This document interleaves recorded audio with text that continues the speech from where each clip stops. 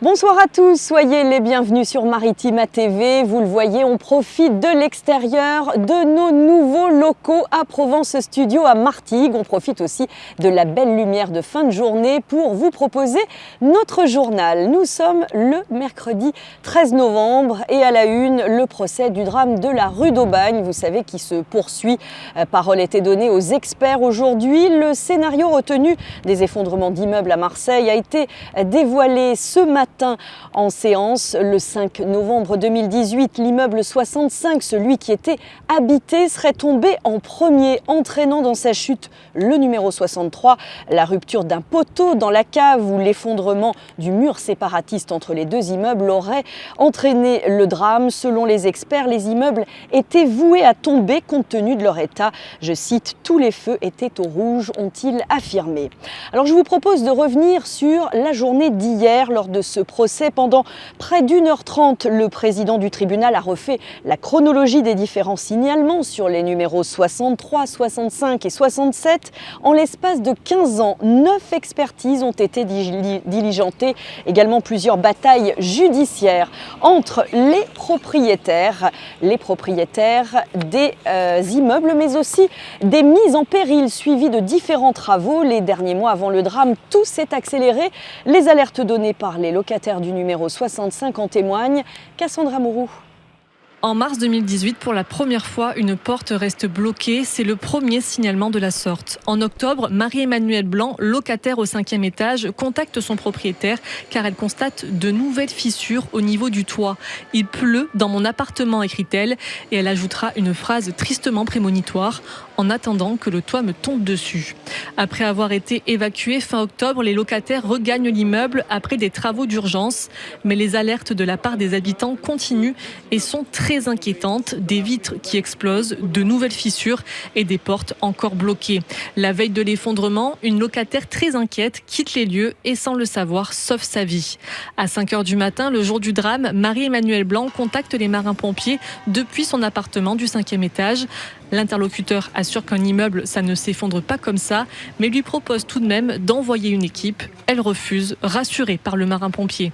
Le matin arrive, un locataire entend des pierres tomber. Il prend son téléphone et filme l'intérieur de l'immeuble quelques minutes avant l'effondrement. Dans cette vidéo, on entend des bruits sourds. Ce sont les autres locataires piégés chez eux, car les portes ne s'ouvrent plus. Une vidéo qui a été diffusée pendant l'audience. Son auteur a survécu. Il est sorti in extremis de l'immeuble avant l'effondrement à 9h07.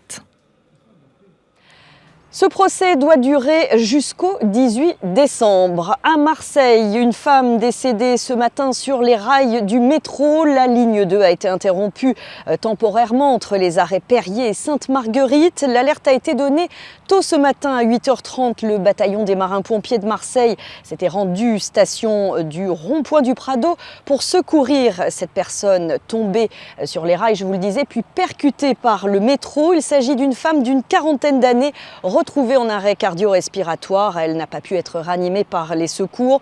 On ne connaît pas encore la nature exacte de la chute, accidentelle ou intentionnelle. Une analyse de la vidéosurveillance devrait rapidement être réalisée par les équipes de la RTM en charge du réseau.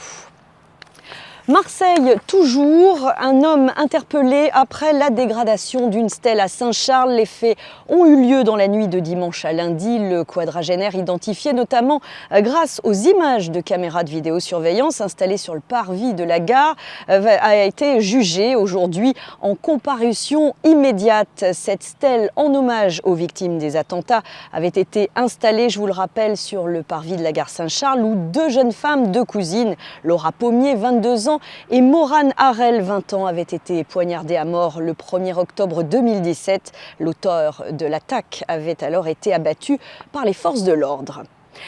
Retour à Martigues. Il y a quelques mois, La Poste avait annoncé le projet de fermeture de l'agence de Ferrières. On vous l'annonçait hier. La mairie de Martigues et les syndicats s'y étaient opposés. Où en est la situation? Reportage signé Sandrine Calvérac. La Poste l'a confirmé, la fermeture de l'agence de Ferrières à Martigues sera effective dès le mois de janvier 2025.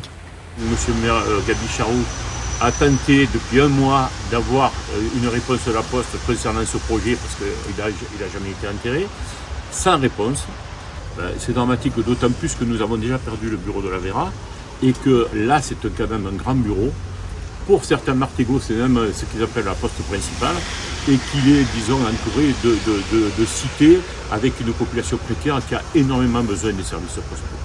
Ça vous étonne cette décision de fermeture ? Alors, absolument pas. Bon, d'abord, j'étais postier et donc je sais comme ce qui se passe depuis des années sur le service de la Poste.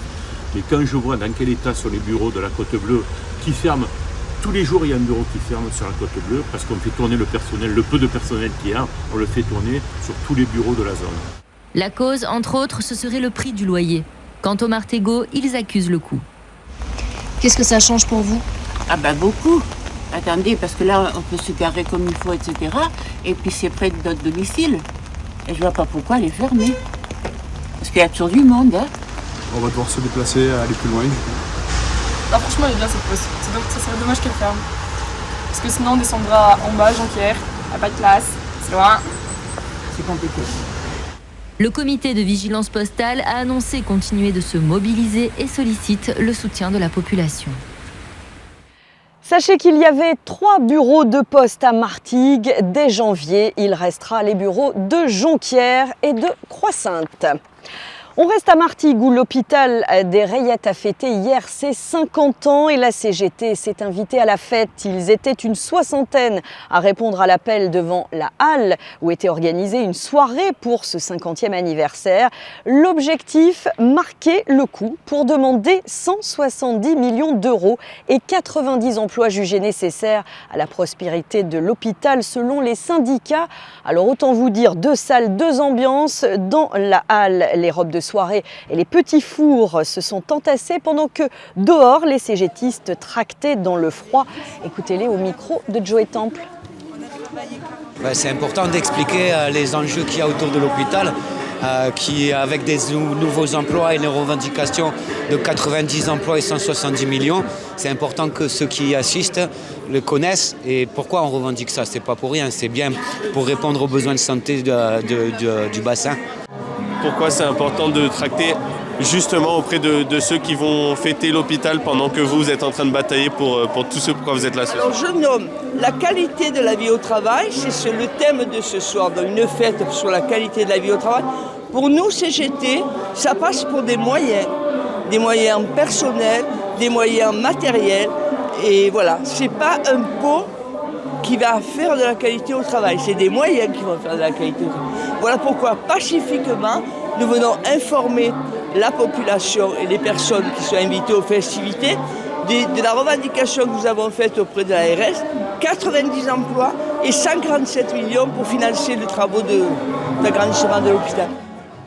Plus d'interviews à retrouver sur notre site maritima.fr. Enseignement à présent, la pénurie de professeurs reste d'actualité, comme au collège Le Petit Prince à Gignac-Lanert. Plusieurs classes de 5e, 4e et 3e n'ont pas eu cours en français et en maths depuis le mois de septembre. Sans réponse du rectorat à leurs alertes, les professeurs, les syndicats et les parents se mobiliseront demain matin à 8h devant l'établissement. Je vous propose d'écouter Adrien. Il est représentant des profs du collège et du syndicat des enseignants du secondaire au micro de Flavio Noriga. Voilà, mais déjà on va se retrouver entre enseignants pour discuter de tout ça. On sera soutenu par des parents élus qui seront aussi présents. Et voilà, pour nous c'est déjà une première étape en fait, pour justement alerter le rectorat de notre situation, puisqu'il est pour l'instant sourd à nos appels. Et les élèves de 3e n'ont pas eu de cours de mathématiques depuis septembre. Donc vous imaginez bien que là le programme pour l'instant de 3e n'est même pas commencé. On est en novembre. Donc oui, là c'est urgent et c'est pour ça qu'on se permet aujourd'hui d'être là, d'appeler la presse. D'ailleurs on vous remercie d'être présent pour diffuser ça, parce qu'il y a urgence en fait, et que c'est de notre devoir justement de ne pas laisser la situation pourrir. On parle parle météo à présent dans cette édition. Ça y est, ça s'est nettement rafraîchi. On a ressorti les doudounes et petites laines, mais vous allez voir, ça va s'améliorer pour cette fin de semaine. En attendant, depuis hier, il y a de quoi alimenter les conversations. Les températures qui ont chuté soudainement nous amènent à nous poser pas mal de questions concernant la fameuse goutte. Vous savez, qui peut provoquer plusieurs phénomènes météorologiques. Le mieux, c'est de poser la question à notre expert de la météo du 13, Paul Marquis. Écoutez-le au micro de Manuel Danlois. Les températures ont chuté à partir de hier. Donc, dans les 12, on a effectivement une perte d'environ 5 à 7 degrés de température en seulement 24 heures, avec des intempéries pluvieuses et parfois orageuses près de Marseille en cours de journée. Donc effectivement, la saison froide va se lancer peu à peu dans les Bouches-du-Rhône, même s'il faut quand même l'avouer, les températures vont remonter à des niveaux quand même relativement presque printaniers côté Marseille, Cassis, La Ciotat dans la semaine. En revanche, le matin, ça restera quand même assez frais, puisqu'on aura entre 1 à 5 degrés le matin. Et effectivement, les premières gelées en Pays Aixois d'ici 2 jours a priori. On évoque une goutte froide venue d'Allemagne ? Oui, c'est ça. En fait, on a vraiment une dépression à cœur froid qui est arrivée hier par le nord et qui a donné des chutes de neige jusqu'à 800 mètres d'altitude sur les Alpes du Sud. Donc c'est quand même assez bas pour la saison et donc qui a apporté avec elle effectivement ce vent de nord, ces chutes de neige et ces orages qui sont venus se confronter à un air plus doux en altitude. Méditerranée qui était encore à 20 degrés. Donc le conflit de masse d'air entre la mer relativement chaude et le froid en altitude a créé ces orages dans la journée d'hier. Et la baisse des températures nous amène à revenir sur la journée nationale de la précarité énergétique. Toujours d'actualité là aussi. Pour l'occasion, une dizaine de collectifs et d'associations se sont réunis hier à l'espace Bergeron, près de l'hôtel de ville de Marseille. Tout ça dans le but d'aider les personnes qui ont du mal à se chauffer l'hiver ou qui payent trop cher leurs factures. Et compte tenu de la hausse du prix de l'électricité, on peut tous être concernés. Voici tout de suite le reportage signé Nordine Ali Saïd. Dans l'un des 6 stands, il y a l'association Médiance 13 qui fait de la prévoyance dans la sécurité et le gaz entre le 1er et 3e arrondissement de Marseille pour Civigaz. On a plusieurs petits jeux, on en a un où il faut choisir parmi plusieurs petits aimants les bons jets éco-gestes, les pas bons, les mettre un peu en place. On a un jeu des 11 différences là-bas. Des jeux que nous présentent Laura Ougnon et Sabri Guilochi avec des gestes éco-responsables à adopter pour moins consommer d'énergie. Quand nous on arrive dans les logements, c'est que les gens ils bougent beaucoup les aérations. Par rapport au chauffage, déjà, ils chauffent trop. Le mieux c'est de le laisser avec un thermostat à 19 tout le temps. Et après d'aménager en fonction des radiateurs dans les chambres, mettre un peu plus bas parce qu'on n'y passe pas la journée. En face, l'association nationale Compagnie Bâtisseurs oriente également les citoyens et intervient à domicile.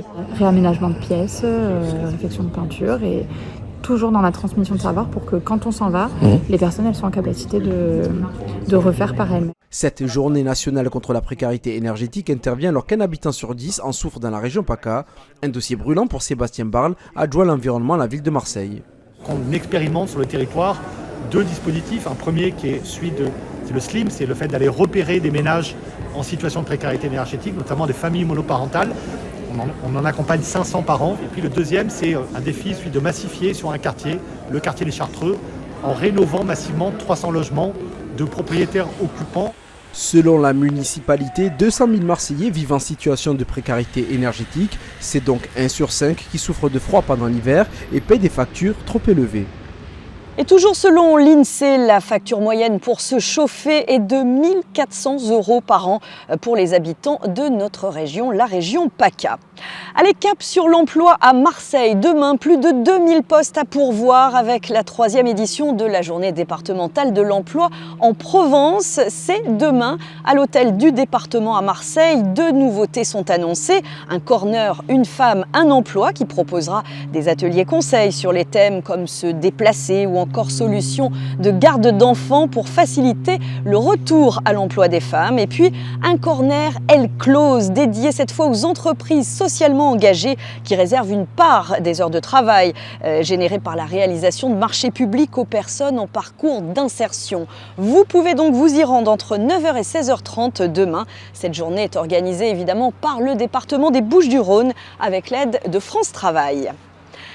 Allez, de quoi donner des ailes dans ce journal avec un 80e anniversaire. Cette année, celui de l'aviateur Antoine de Saint-Exupéry, disparu en mer. Si aujourd'hui les mystères autour du crash de son avion et de sa mort sont résolus, cette histoire circule encore dans les rues de Marseille, car l'avion de l'écrivain du Petit Prince a été retrouvé près de l'île du Rioux quand le monde entier le cherchait ailleurs. Et c'est un pêcheur marseillais qui découvre le premier indice qui le mènera à la vérité. Reportage signé Sarah Le Guen.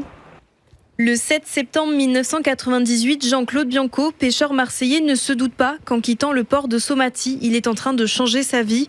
Alors que depuis plus de 40 ans, tous cherchent l'avion d'Antoine de Saint-Exupéry dans la baie des Anges du côté de Saint-Raphaël. Lui fait une découverte extraordinaire sur les côtes marseillaises.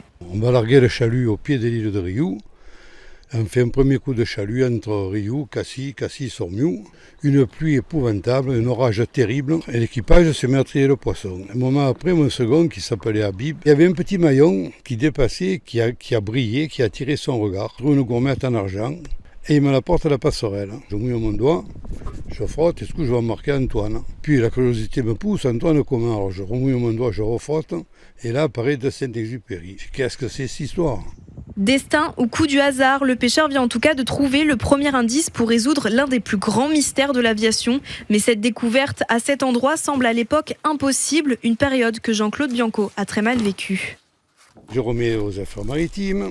15 jours après, j'apprends que la gourmette a été remise par le gouvernement français aux héritiers de Saint-Exupéry. Et j'apprends que ces endroits en question mettent en doute l'authenticité de la gourmette. On me traite de petit pêcheur de sardines, de petit pêcheur de bouillabaisse. Résultat des courses, je tombe malade. Je me paie 3 semaines de coma clinique. Je sors, je suis une épave, je ne tiens plus debout. Je me demande comment je suis encore là aujourd'hui pour vous raconter cette histoire. 4 ans et demi après, et dans le journal La Provence, Jean-Claude Bianco, le pêcheur de miracles. La veille, j'étais un escroc et le lendemain, je suis devenu un pêcheur de miracles. La gourmette permettra à l'archéologue Luc Vanrel de découvrir et d'identifier l'épave de Saint-Exupéry près de l'île de Rioux.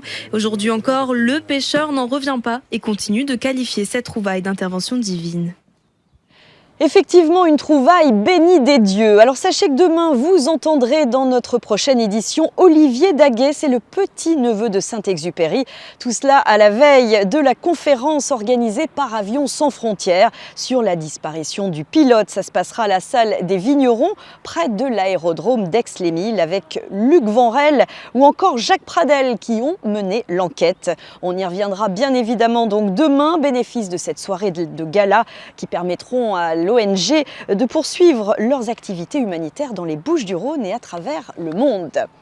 Finalement, c'est le moment de se quitter, ou presque. Finalement, c'est le titre du nouveau film de Claude Lelouch. Et forcément, à Provence Studio, on aime parler ciné. Et croyez-moi, on va vraiment vous donner toutes les ficelles au fil des jours sur tous les tournages de la région. Là, en l'occurrence, c'est pour la sortie d'un film.